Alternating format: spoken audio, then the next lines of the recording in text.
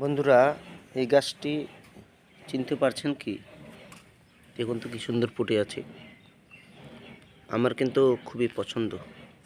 এখানে দুটো কালার আছে, কি সুন্দর এবং ভরে ফুল ফুটে আছে। আমি কিছু মাটিতে করেছি এই গাছটি, টবেও করেছি। কি সুন্দর, আমাকে তো খুবই ভালো লাগে এই ফুল গাছটাকে। অনেকের পছন্দ না হতে পারে, কিন্তু আমার কাছে ফুল মানেই সুন্দর। এই অ্যালিসাম গাছটির দুটি ভ্যারাইটি। দেখুন এর ডালপালাগুলো লম্বাটে। আরেকটি ভ্যারাইটি আছে ছোট, এখানে লাগিয়েছি। এই ভ্যারাইটিটি ছোট, ডালপালাগুলো ছোট হবে, ফুল ফোটাও শুরু হয়েছে।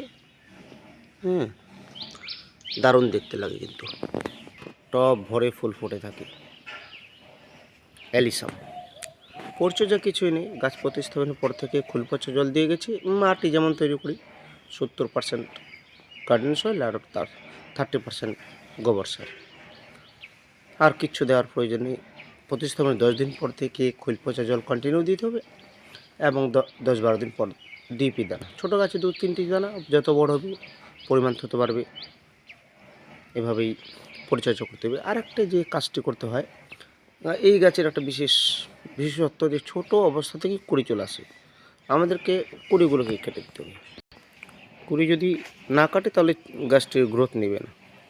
কেমন কুড়ি কাটার ব্যাপারটা ধরুন, এই যে একটি কুড়ি আছে, এই কুড়িটি সেটা দিতে হবে। এরকম করে কেটে দিলেই গাছটা গ্রোথ নেবে। একদম ছোটো অবস্থাতেই কিন্তু কুড়ি চলে আসে এই গাছের। তাই কুড়িগুলো কাটতে থাকতে হবে। মোটামুটি গাছ যখন একটু বড় হবে, তখন ফুল নেওয়া আরম্ভ করলেই গাছ তার রূপ বিকশিত করে দেবে। আমার তো খুবই ভালো লাগে গাছটি। আপনাদের ভালো লাগে কি? কীটনাশক প্রয়োগ বলতে আমি বিভিন্ন কীটনাশক অন্যান্য ভিডিওতে যেমন বলি, বিভিন্ন কীটনাশক ঘুরিয়ে ফিরিয়ে ব্যবহার করি। জল শুকিয়ে যাওয়ার পর হালকা যখন শুকিয়ে যায়, যেমন হালকা ভিজে ভিজে আছে, এরকম রাখতে হবে। বেশি কাদা কাদা রাখলে গাছের শিকড় পচে যাবে।